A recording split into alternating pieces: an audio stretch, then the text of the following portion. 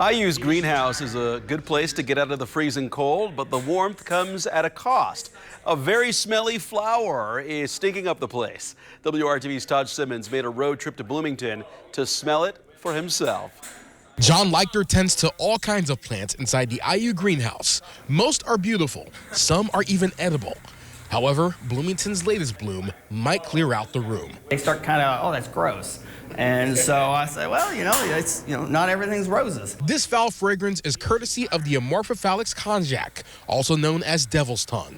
It turns out a devil's tongue stinks to high heaven. Bugs that pollinate it aren't bees. It's, beetles, cockroaches, flies, because it smells like dead meat. The devil's tongue is not as pungent as its larger cousin, Wally the corpse flower, but the corpse is still underground. Wally's dormant. Here's Wally right now. Since Wally is not going to bloom for a few more years, smelly flower enthusiasts like Valerie Merriam let their nostrils dance with the devil instead. What's it like to smell this and get an inkling of it? Nice. It's like somebody said earlier, it's like a dead mouse. IU student Ellie Childress has to smell it often since she works inside the greenhouse. It's not my favorite smell. It kind of reminds me of this decontaminator that we have to put dead matter in. Cooking dead plant matter never smells good.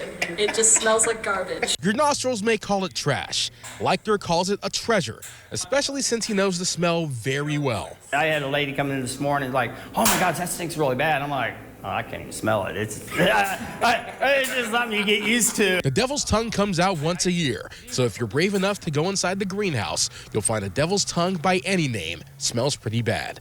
At IU Bloomington, Simmons, WRTV.